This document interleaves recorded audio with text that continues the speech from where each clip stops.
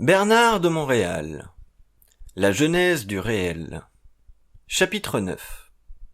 L'univers de la pensée. Le phénomène de la pensée naît, dans le monde mental, d'un groupe immensément vaste de planètes immatérielles dont le mouvement et l'activité universelle coïncident avec le mouvement de la pensée à tous les niveaux de sa manifestation. La nouvelle psychologie de la conscience future sera fondée sur des principes de mentation qui n'ont aucune relation avec le monde conceptuel auquel appartient l'homme de l'involution. La longueur d'onde de la conscience humaine aura été élevée et la pensée de l'homme en subira une transformation profonde. Pour tout être conscient, la dimensionnalité de sa conscience est proportionnelle à la capacité mentale d'en supporter l'absence d'égoïcité, cette absence de réflexion psychologique centrée sur la conscience de l'ego ou du moi subjectif.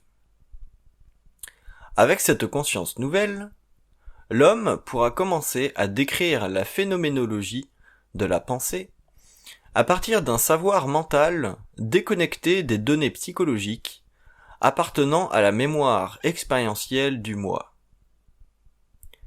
Une telle conscience peut facilement englober l'énergie de ses composantes et la concrétiser dans un même mouvement, afin d'en extraire une forme bénéfique à l'homme et au savoir en général. L'involution a voulu faire croire à l'homme qu'il était lui-même la source de son mental ou de sa mentation. En fait, cette dernière ne représente que le point terminal d'un mouvement d'énergie dans sa conscience qui tire son origine de la vie mentale universelle située hors des frontières psychologiques de l'ego.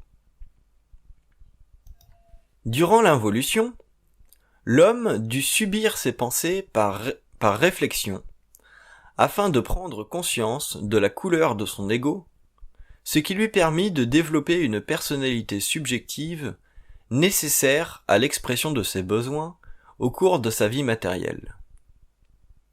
Mais cette condition de l'involution, tout essentielle qu'elle fût, a coûté à l'homme un prix très élevé, celui de ne pas pouvoir comprendre la nature réelle de sa conscience.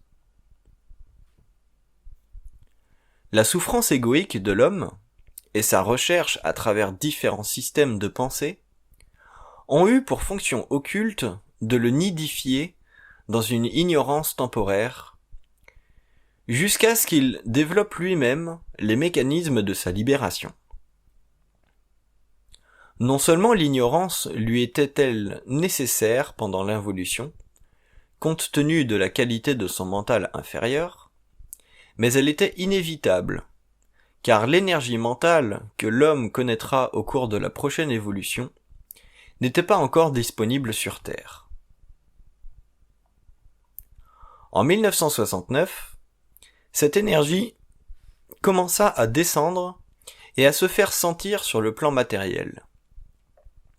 Depuis lors, les hommes les plus avancés dans l'évolution de leur conscience personnelle ont commencé à sentir qu'il se passait quelque chose d'étrange en eux, dont ils ne pouvaient pas clairement identifier la cause. Et c'est au cours des 15 dernières années qu'un certain niveau d'énergie de cette conscience nouvelle s'est fixé quelque part dans notre monde terrestre, dans le but de déchirer les voiles de la conscience de l'involution et de prendre racine dans une forme graduellement plus concrète de savoir. Les êtres spirituels devront comprendre que la nature de leur pensée inférieure doit être ajustée à une nouvelle vibration mentale avant de pouvoir passer de l'involution à l'évolution de la conscience. Leur spiritualité involutive ne pourra plus leur offrir aucune certitude, car les pensées spirituelles font partie d'un monde mental dont la fonction n'est pas d'élever la conscience de l'homme, mais de lui donner une dynamique astrale pour maintenir sur Terre un pouvoir involutif. La réalité ne peut être perçue avec exactitude que dans la confrontation mentale avec les intelligences subtiles qui œuvrent à travers son mental endormi par le biais de formes pensées subjectives plaisantes à l'ego spiritualisé. Le mensonge cosmique fait partie du magnétisme psychique imposé sur toute forme pensée non imprégnée de la lumière de l'homme. Au cours de l'évolution, la science du mental supérieur créera de grands chocs dans la conscience spiritualisée de la 5e race racine. Choc inévitable, car le taux vibratoire de la conscience supramentale n'a aucun équivalent dans le monde mental involutif de la Terre. Depuis très longtemps, ce monde a été en charge des destinées de l'humanité pour des raisons de conscience expérimentale. La conscience supramentale a mis à jour et rendu public l'existence d'une force cosmique dans l'homme, à laquelle le nom de mensonge cosmique fut attribué, afin d'alerter la conscience de l'involution. Cette nouvelle conscience, libre du monde mental inférieur et de ses relations avec la mémoire karmique de l'humanité, put établir, sans aucune opposition occulte de la part de ces mondes, que la nature mentale de l'homme nouveau faisait partie de l'activité créative d'un autre soleil invisible, situé à l'extérieur de notre propre système solaire. L'émanation de ce genre d'énergie a permis à ceux qui ont suffisamment vécu l'expérience de la conscience involutive de passer à un autre stade. Celui-ci élèvera la conscience humaine individualisée au-delà du magnétisme mental que créaient en lui les formes pensées de l'involution, alors qu'elles prenaient leurs origines dans les plans de la mort, là où l'activité mentale était créée par ces êtres qui, déjà, entretenaient des liens de vie antérieurs avec le mortel. L'univers de la pensée est sans équivoque un univers aussi réel que l'univers matériel dans lequel nous vivons. Cependant, le taux vibratoire de son énergie s'apparente à l'invisibilité pour l'homme inconscient. À partir du moment où la conscience de l'homme s'élève vibratoirement au-dessus des conditions involutives de sa conscience expérimentale, il commence à percevoir et enfin à pénétrer ces mondes d'une extraordinaire beauté. Ceux-ci détiennent l'évidence finale et absolue que sa conscience fut expérientielle durant l'involution de sa conscience planétaire. Voilà pourquoi l'homme nouveau découvrira les pièges du mensonge cosmique à travers sa pensée subjective, spiritualisée par les forces de l'involution. Ainsi se créera une nouvelle conscience, capable de transposer la réalité des sens matériels dans la réalité des sens psychiques, dont la fonction lumineuse et créative fait partie de la nature réelle de l'homme. La grande difficulté que connaîtra l'homme futur sera liée à son besoin de s'identifier à une pensée colorée subjective. La pensée subjective n'est pas vérifiable instantanément par l'ego. Elle le force à s'assujettir à une forme ou une autre d'expérience, au lieu de lui permettre de vivre créativement, en permanence, ce qui le libérerait de l'expérience souffrante de la vie inconsciente. La conscience nouvelle lui fera reconnaître en lui un certain niveau d'autorité face à ce qu'il sait, selon son niveau d'évolution et son niveau de sensibilité à cette vibration dans le mental que toute forme pensée dégage lorsqu'elle s'imprime dans sa conscience.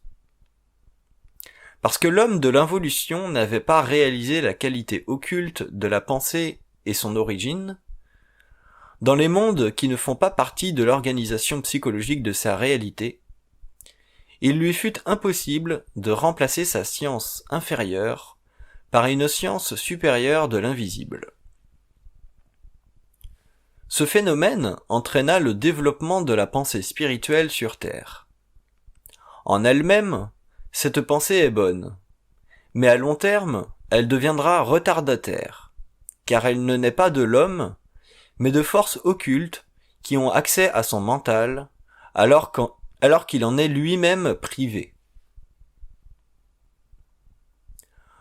Comprendre le monde de la pensée humaine équivaut à comprendre le mouvement des forces de vie à travers l'homme. Ce dernier ne peut aisément équilibrer ses pensées. Il trouve difficile de les vivre en fonction de leur mouvement énergétique à travers le plan mental. Pour cette raison, il vit constamment une sorte d'insatisfaction dans son rythme de vie. Il faudra que l'homme nouveau reconnaisse le déséquilibre de ses pensées pour parvenir à les vivre selon l'équilibre intérieur essentiel à son bien-être vital. Il reconnaîtra que l'émotivité est responsable d'un certain degré de manipulation à l'intérieur de son plan mental. De cette prise de conscience grandira le pouvoir mental de l'homme. Mais tant qu'il n'aura pas conquis l'émotivité de sa pensée subjective, il sera forcé de la vivre d'une manière qui ne convient pas à sa liberté réelle. Toute pensée déséquilibrée doit être ajustée par l'homme selon son niveau de compétence psychologique. La nouvelle psychologie, fondée sur le principe de la liberté dans le mental, libérera l'homme du pouvoir des forces occultes sur lui.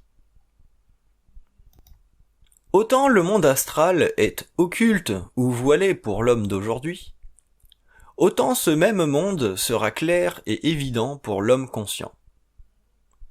Sa relation avec le plan mental ne sera plus une relation de dépendance, mais plutôt une relation d'énergie créative dont le point de force sera dans le centre même de sa volonté, au-dessus et au-delà de sa conscience psychologique et personnalisée. Pour bien comprendre le pouvoir du plan mental inconscient sur l'humain, nous n'avons qu'à considérer jusqu'à quel point nous avons de la difficulté à ne pas penser ce que nous ne voulons pas penser. Le simple fait que l'homme soit esclave de ses pensées subjectives fait de lui un être ordinaire au lieu d'un être extraordinaire, libre dans le sens absolu du terme.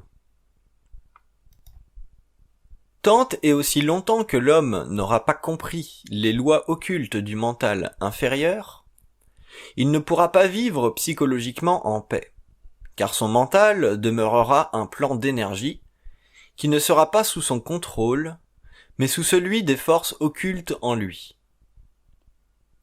La conscience de l'homme nouveau sera différente. Elle ne sera plus assujettissante au plan mental. Le phénomène de la pensée passera d'un plan subjectif et expérientiel à un plan créatif libre. Alors, seulement l'homme verra que l'être humain conscientisé est réellement libre dans tous les aspects de son intégralité. L'univers invisible du plan mental répond aux besoins évolutifs de l'homme à partir du moment où celui-ci est suffisamment conscient pour en contrôler la relation. L'être conscient ne peut vivre une vie en marge de lui-même, car son intelligence est trop développée occultement. Il sait trop de choses concernant la réalité inférieure de son mental expérientiel et mémoriel. Il y va de la conscience de l'homme nouveau de mettre un terme à l'abus de pouvoir dont il a souffert depuis des millénaires. Mais il y va aussi de lui de pouvoir supporter ce qu'il constatera au cours de son évolution. Jamais ne viendra le jour où tout s'arrangera pour lui. C'est une illusion dont il doit se détacher maintenant. C'est lui, au contraire, qui devra tout arranger afin que ce jour arrive, et le plus tôt possible, selon sa volonté de ne plus souffrir de l'expérience.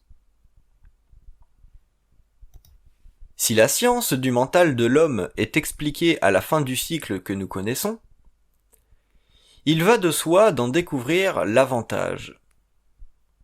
Cette découverte ne peut être qu'à la mesure de la sensibilité de chacun. Il y a des lois intérieures de la conscience qui ne se discutent pas à partir du moment où elles sont découvertes par l'homme conscient lui-même. Le plus grand ami de l'homme, c'est lui-même. Lorsque ce dernier a enfin transmuté sa conscience mentale inférieure, au-delà de cette conscience, les voiles de l'ego n'existent plus, et le pouvoir de la conscience supramentale devient actif sur Terre. C'est sur le plan de la pensée que l'homme de l'involution devra concentrer ses efforts pour passer d'un cycle à un autre.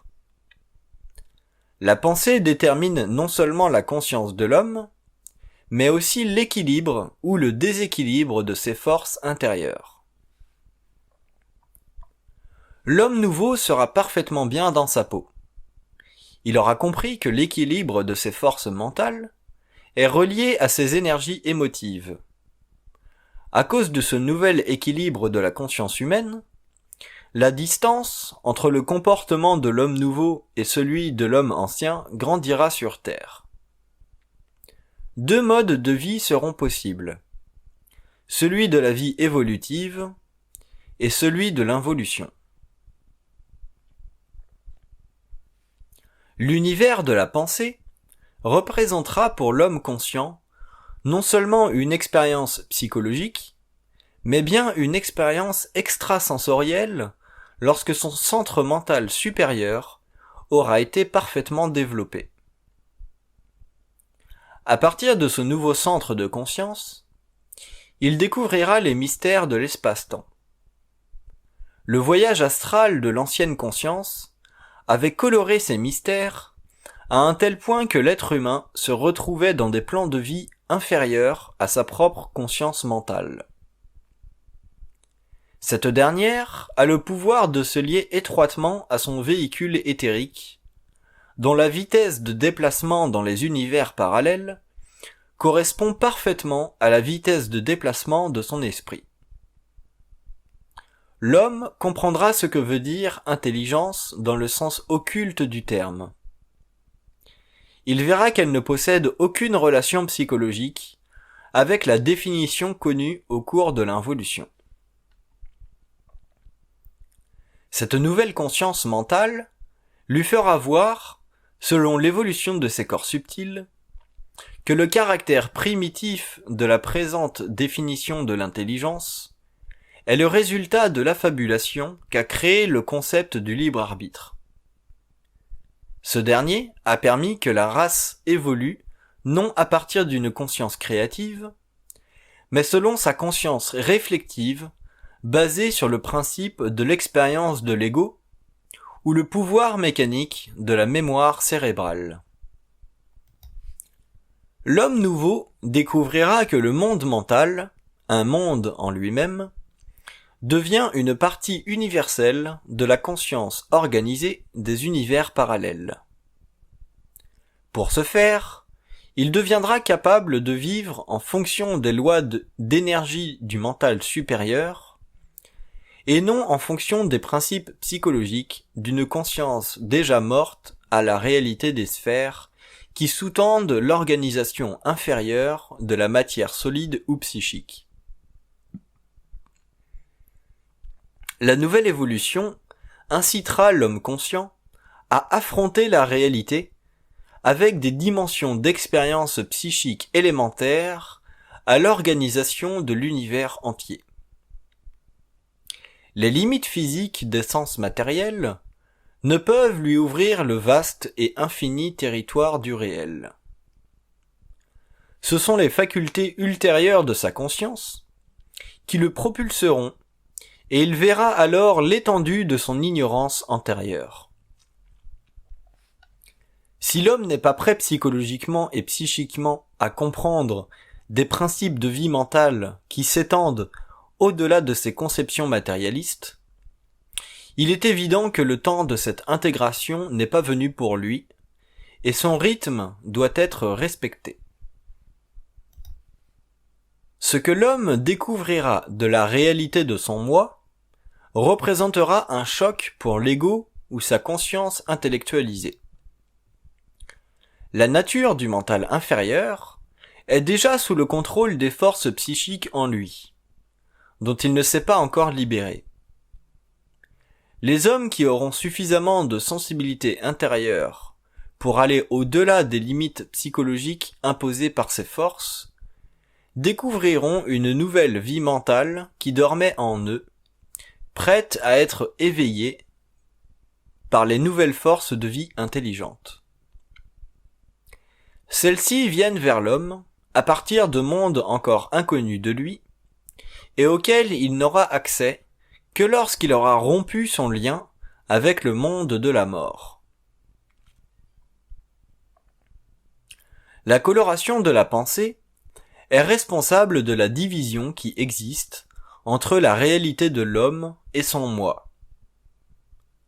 Cette coloration empêche l'homme d'être présent en esprit dans ces mondes qui, déjà, sont prêts à le recevoir pour qu'il puisse participer créativement à l'évolution. La coloration du mental humain invite l'homme à vivre ce sentiment de division intérieure au lieu de connaître l'élan psychique extraordinaire de la conscience réelle, sans fin et sans frontières. Si l'homme de l'involution subit sa pensée subjective et colorée, c'est qu'il n'était pas prêt à supporter une vie mentale supérieure, soutenue par une pensée évolutive insuffisante.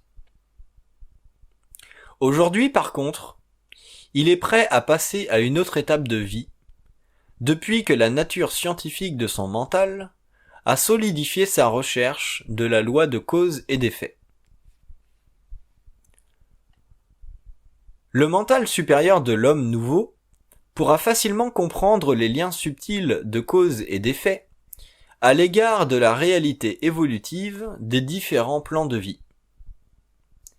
Il lui sera de plus en plus facile de passer d'un plan vibratoire à un autre jusqu'à ce qu'il ait complété le mouvement ascensionnel de son énergie mentale. Ceci l'amènera à vivre un autre niveau d'expérience et finalisera son lien avec l'invisible. Il pourra alors participer aux différents secteurs de l'organisation invisible des mondes en évolution. Tant qu'il n'aura pas compris la nécessité de vivre sa conscience mentale à un niveau supérieur, non plus conditionné par la mémoire subjective, il ne pourra bénéficier de sa conscience créative, et encore moins de son lien éthérique avec les mondes parallèles. Voilà pourquoi la nature interne de la conscience, dite supramentale, ne se dévoilera à l'homme qu'à mesure qu'il en supportera l'intelligence. Sa conscience supérieure sera un fait de vie inaliénable sur Terre. Elle n'affichera pas l'attitude philosophique du mental inférieur à la recherche de quoi que ce soit. Le monde de la pensée sera de plus en plus reconnu comme un monde similaire à celui de la matière. Sur le plan matériel, l'homme a découvert des relations étroites entre sa conscience inférieure et la matière. Il en sera de même pour l'homme nouveau, avec cette différence. Le monde mental supérieur lui permettra de voir une relation étroite entre la cause et l'effet de l'invisible, alors même qu'il est toujours dans la matière. À partir de ce nouveau point de départ, il connaîtra les pouvoirs occultes de sa conscience lumière, non colorée par l'ego, comme ils le furent pendant l'involution, alors que l'astral étendait sa domination sur l'homme jusqu'à une totale possession.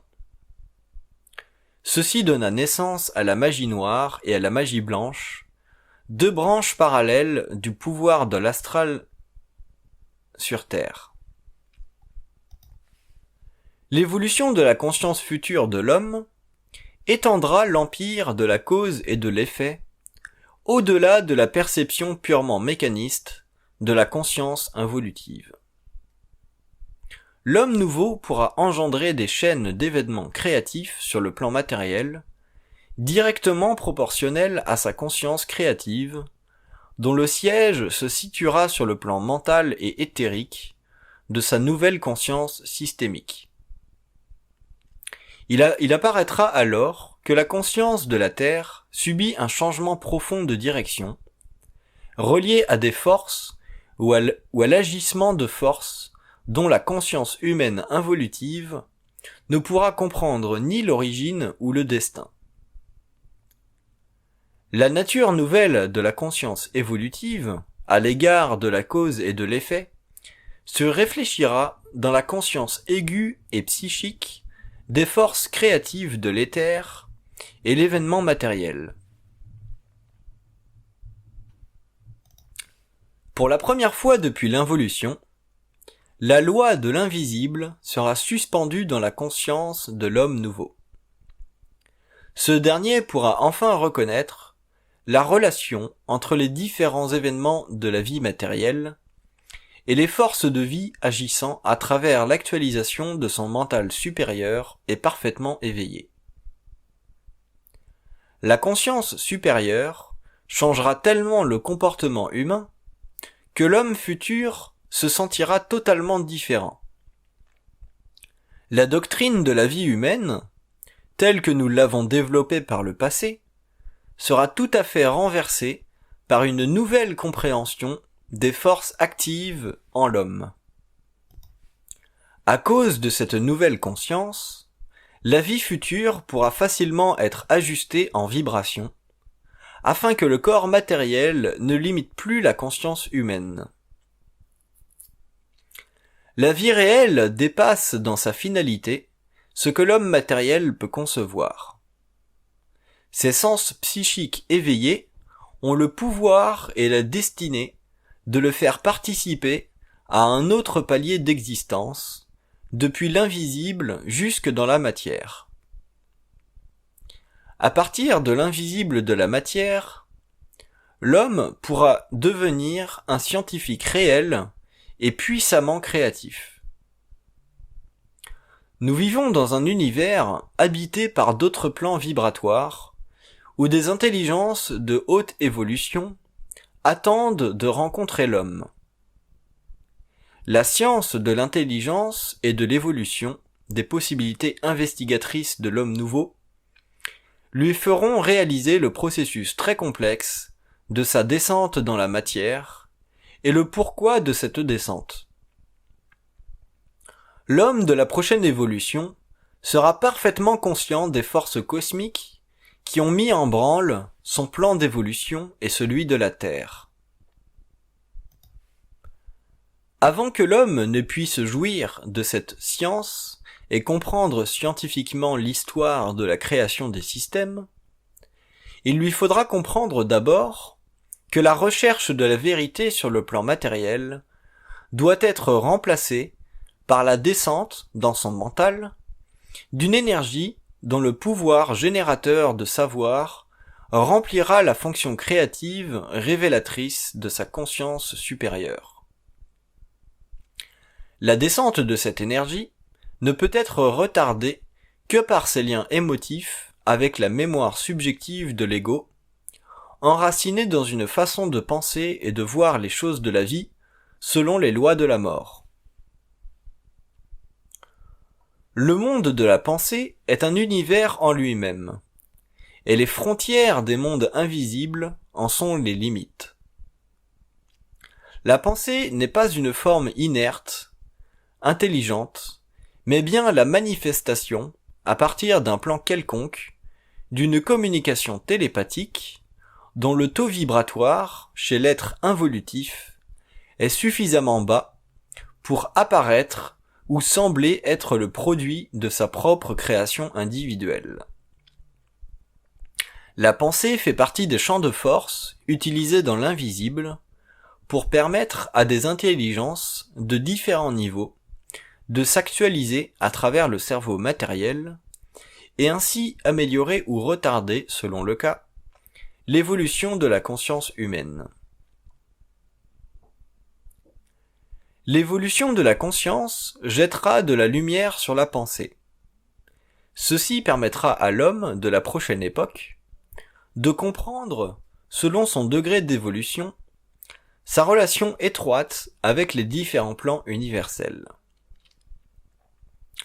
Autant la pensée, au cours de l'involution, fut perçue comme le produit du cerveau humain, autant on reconnaîtra au cours de l'évolution que le cerveau n'est simplement qu'un outil très perfectionné et en voie d'évolution, servant à la réception d'ondes et de pensées de plus en plus universelles, de plus en plus cosmiques, qui lient l'esprit de l'homme à des plans d'évolution coïncidant à son propre niveau de conscience.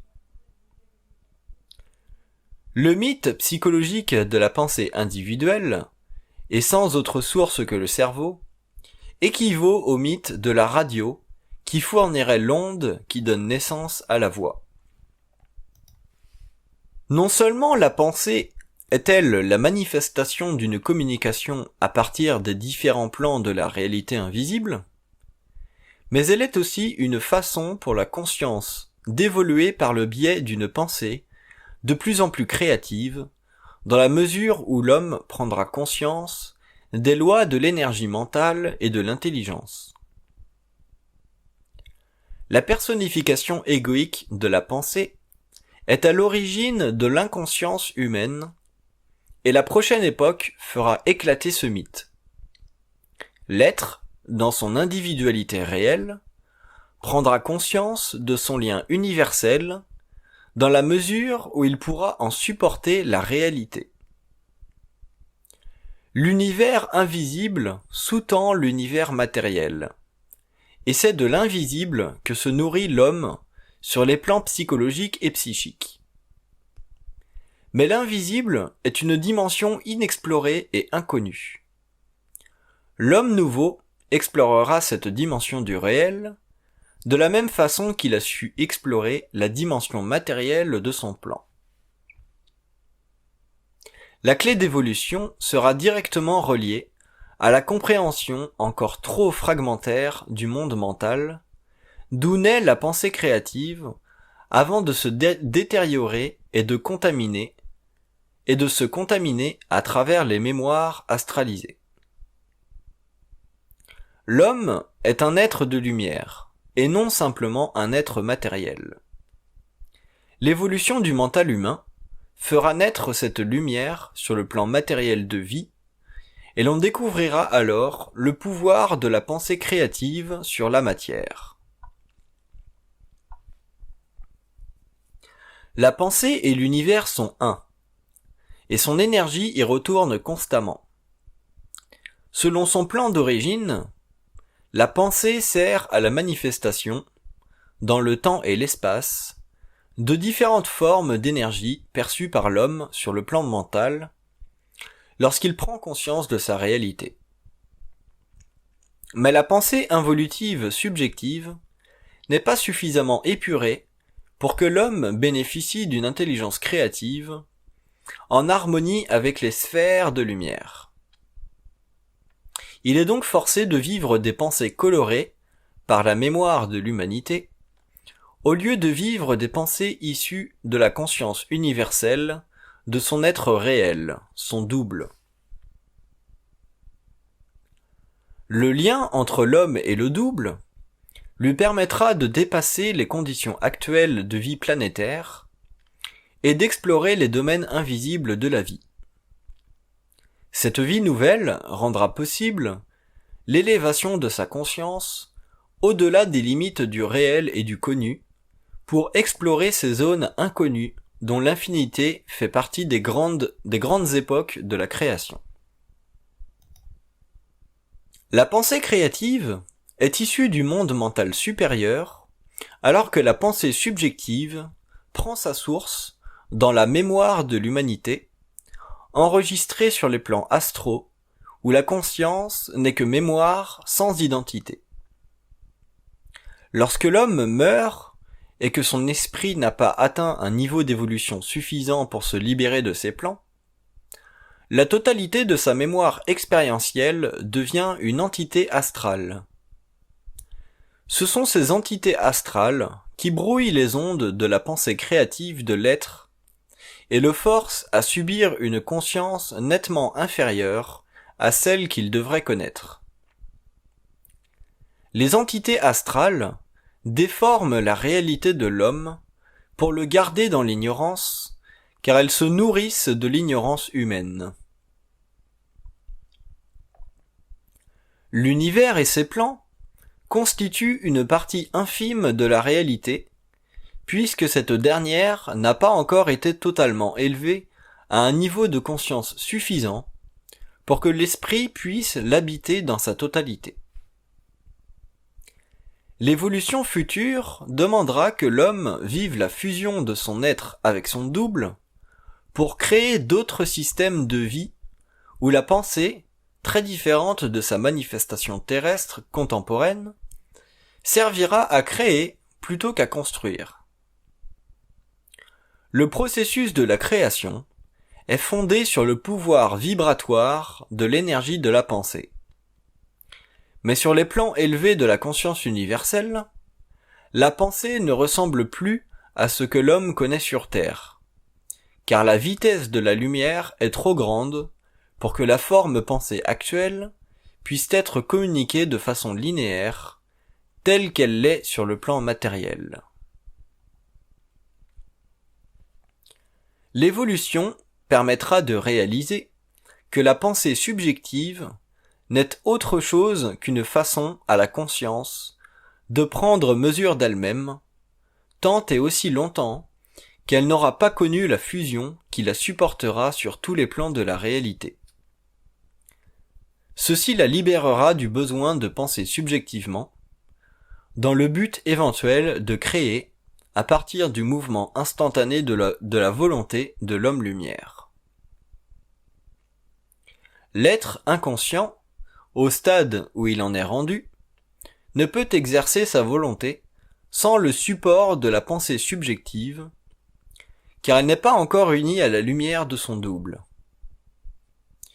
Il doit encore vivre d'une volonté subjective et planétaire pour perfectionner son esprit et le rendre libre, plus tard, de la mémoire de ses vies antérieures auxquelles il est lié par le processus de l'incarnation. L'univers de la pensée est aussi vaste que la pensée elle-même.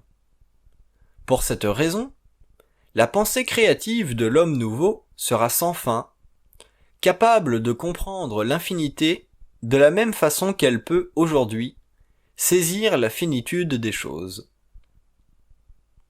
Quand on affirme que tout est relatif, on veut dire que la limite psychologique de l'ego est proportionnelle à la limite de sa pensée subjective. La fusion permettra que la pensée devienne de plus en plus créative, de plus en plus vaste, en potentiel créatif et en moyens d'étude profonde. C'est en effet par l'étude créative de l'univers invisible que l'homme découvrira les lois de l'énergie et qu'il pourra enfin utiliser ces nouvelles notions en fonction des besoins nouveaux de la nouvelle Terre. L'univers n'a aucun modèle référentiel d'expérience, car il est né d'une pensée cosmique sans début et sans fin. La pensée elle-même est sans début et sans fin, puisqu'elle ne représente qu'une forme d'énergie servant à donner à celui qui la canalise une science qui est le miroir de l'évolution universelle. C'est dans ce sens que la pensée de l'homme nouveau ne sera plus utilisée comme elle fut par le passé, pour le développement de la connaissance personnalisée, mais pour le développement de la conscience personnelle. La différence est fondamentale, puisque la conscience précède toujours la connaissance lorsqu'elle est réelle, évolutive, en fusion. Tant que ce stade d'évolution n'aura pas été atteint, la conscience aura besoin de la connaissance pour sentir son appartenance à un certain ordre de vie. Dès l'instant où l'homme connaîtra la fusion, sa conscience se libérera du besoin psychologique de l'ego pour s'attaquer aux problèmes de l'évolution au-delà de ses limites psychologiques. L'ego sera alors un canal parfait pour le mouvement de l'énergie de la pensée, et cette dernière deviendra de plus en plus créative. Un jour, elle commandera à la matière lorsqu'elle aura suffisamment épuré le mental inférieur de sa conscience planétaire. Il puisera alors à volonté dans l'énergie créative de l'universel pour en faire surgir les données nécessaires à l'évolution de son être sur un plan quelconque de la réalité universelle. L'involution a limité la pensée humaine, car les forces créatives du mental ne s'étaient pas encore manifestées à travers le mental de l'homme. Cette limitation a causé l'ignorance de l'homme et a donné naissance au pouvoir de la conscience humaine millénaire. Ce pouvoir, lié aux lois de l'involution, qui ne permettait pas à l'homme de comprendre la plénitude de sa conscience. Avec la progression des idées dans le monde, le pouvoir s'est modifié, et à la fin du XXe siècle, il semble montrer des aspects plus humanistes. Mais cette condition n'existe pas dans toutes les collectivités humaines. Et même là où le pouvoir affiche une allure plus humaine, il est toujours prêt à lutter contre une forme de liberté individuelle dont il ne pourrait s'accommoder. Voilà pourquoi l'évolution de la conscience future se fera sur un plan individuel et intérieur de la conscience. C'est la pensée intérieure, créative et conscientisée, qui transgressera les limites imposées par le pouvoir séculaire ou spirituel. Le pouvoir ne sera contesté que dans la conscience, et le niveau de l'intelligence reconnaissable ne le sera que par cette nouvelle conscience individualisée évolutive. Tout être conscient de la pensée universelle connaît les lois de la vie. Il ne peut s'offrir en sacrifice à une conscience collective non responsable de l'ignorance des masses, puisqu'elle-même est le produit de cette ignorance. L'homme nouveau ne luttera pas contre les hommes, mais contre les forces dans l'homme qui l'ont rendu prisonnier du mensonge cosmique.